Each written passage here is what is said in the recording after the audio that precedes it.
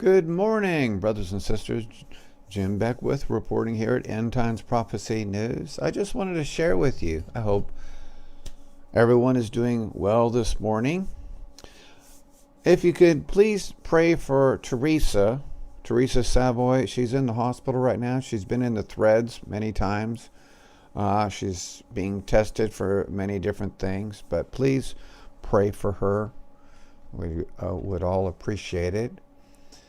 So, Giuliani details steps taken to authenticate Hunter Biden material.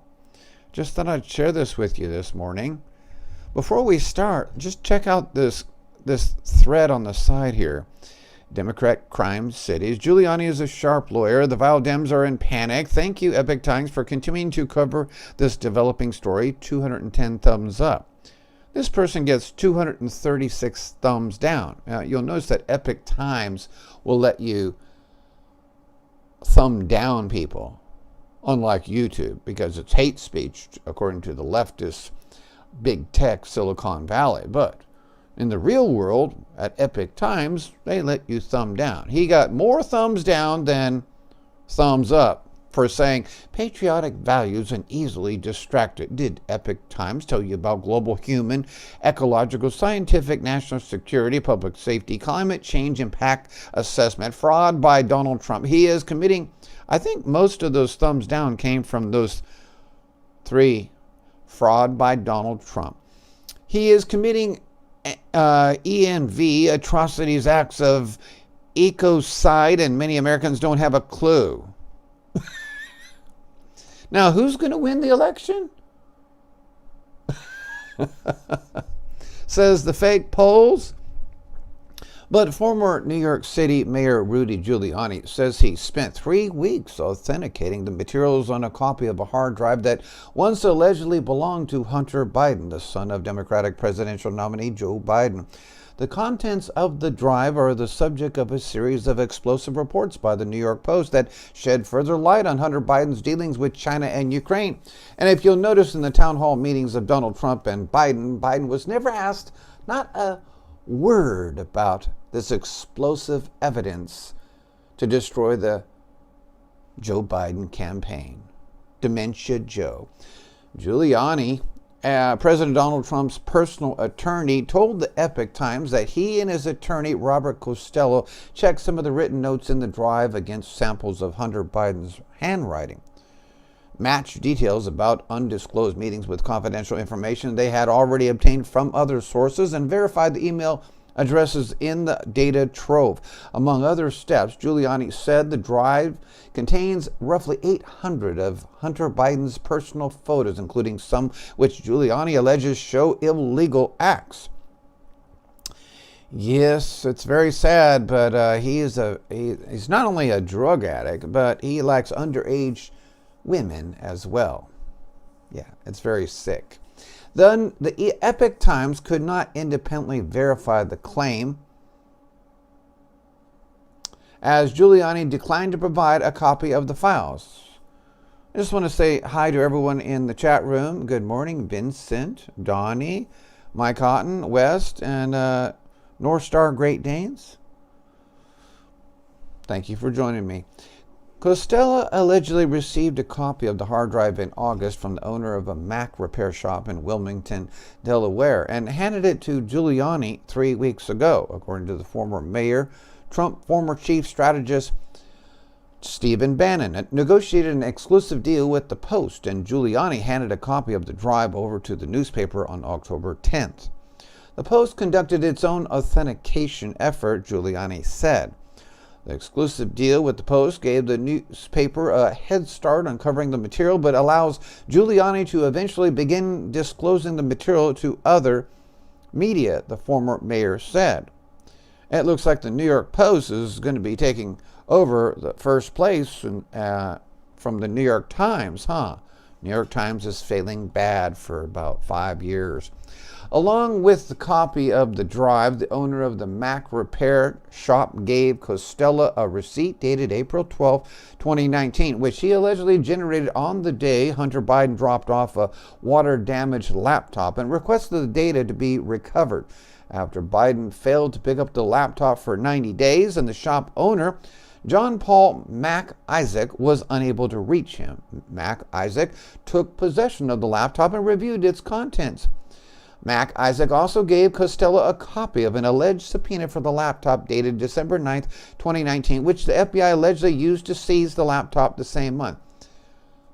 Hunter Biden leaving his laptop with all this criminal information on it. Can you believe this? An FBI and the U.S. Attorney's Office for the District of Delaware declined to confirm the authenticity of the subpoena. Hunter Biden's lawyer did not respond to a request for comment. Mac Isaac did not respond to requests for an interview. Despite being convicted about the authenticity of the contents of the drive, Giuliani would not rule out the possibility, in case the shop owner was lying, that the laptop may have been brought in by and belonged to someone other than Hunter Biden. According to an audio published by the Daily Beast, Mac Isaac said a medical problem prevented him from recognizing the person who brought in the laptop. He also offered shifting accounts about what happened with the laptop and sidestepped questions about the timeline of events. There was a 5-month gap between Mac Isaac taking possession of the laptop and turning it over to the FBI, and an 8-month gap between the handoff to the FBI and the first contact with Giuliani's lawyer. The Post's first story on Hunter Biden quickly became the top hit on the newspaper's website, and after Twitter and Facebook took unprecedented steps to prevent people from sharing, the article rose to the national spotlight as prominent figures expressed outrage over the apparent censorship ahead of the election. The article described alleged Hunter Biden emails suggesting that in late March or April of 2016, he introduced his father, Joe Biden, who was the vice president at the time, to a top executive from Ukrainian gas firm Burisma. At the time, Hunter Biden held a paid position on the board of Burisma. Quote, "Dear Hunter, thank you for inviting me to D.C. and giving an opportunity to meet your father and spent some time together. It's reality and honor and pleasure," the alleged email reads. The executive Vadim Pozharsky was in Washington not long before the alleged April 17, 2015 email was sent, according to an itinerary released by the Senate Homeland Security Committee. The Biden campaign told Politico that there is no formal record of a meeting, but did not rule out that Biden and Pozharsky met informally. Hunter Biden's work for Burisma drew attention during the impeachment proceedings against Trump in 2019, which stemmed from a call between the U.S. president and the president of Ukraine, Volodymyr Zelensky. On the call, Trump called Zelensky to look into the firing of Ukraine's top prosecutor, Viktor Shokin. Joe Biden has been filmed publicly bragging about forcing Shokin's ouster by threatening to withhold $1 billion in U.S. loan guarantees to Ukraine. Shokin, in a sworn statement, has said that he was fired due to pressure from Biden because he was investigating Burisma. On October 15th, the day after the initial report on the alleged Ukraine emails, the Post published an article detailing alleged emails between Hunter Biden and his associates about a venture involving a since-defunct Chinese energy company.